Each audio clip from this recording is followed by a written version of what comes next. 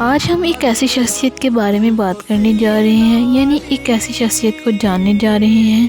جنہوں نے بہت ہی کم عمری میں اسلام قبول کر لیا اور زندگی کے آخری حصے تک، یعنی آخری لمحے، آخری سیکنڈ تک اسلام کو نہیں چھوڑا، جنہوں نے یہ ڈیوٹی بہت ہی ایمانداری سے نبھائی اور اپنی ساری وفا کے ساتھ، یعنی ساری وفائیں لگا دی، اس میں کسی بھی قسم کا کوئی بھی اختلاف پیدا نہیں کیا، کسی بھی قسم کی کوئی بے وفائی نہیں دکھائی، یعنی ایسی شخصیت جنہوں نبی اکرم صلی اللہ علیہ وآلہ وسلم کے نہ صرف ساتھی نہیں تھے بلکہ ان کے داماد بھی تھے، بلکہ ان کے بھائی بھی تھے، جن کے بارے میں نبی پاک صلی اللہ علیہ وآلہ وسلم نے فرمایا کہ علی میرا بھائی ہے، اس دنیا میں بھی اور آخرت میں ہی۔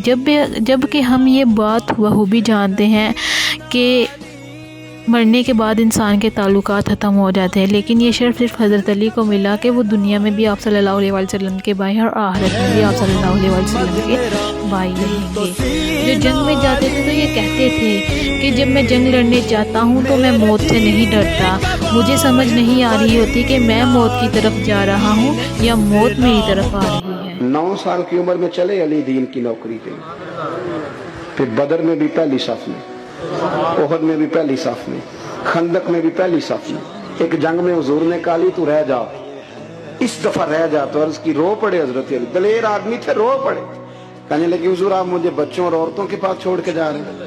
حضور مجھے لے چلے، میں میدان کا زندگی ساری گزار دی، ساری زندگی گزار دی، اپنے زمانے میں آپس کا اختلاف بھی دیکھا، ساری زندگی شیر خدا نے دین کو دے دی۔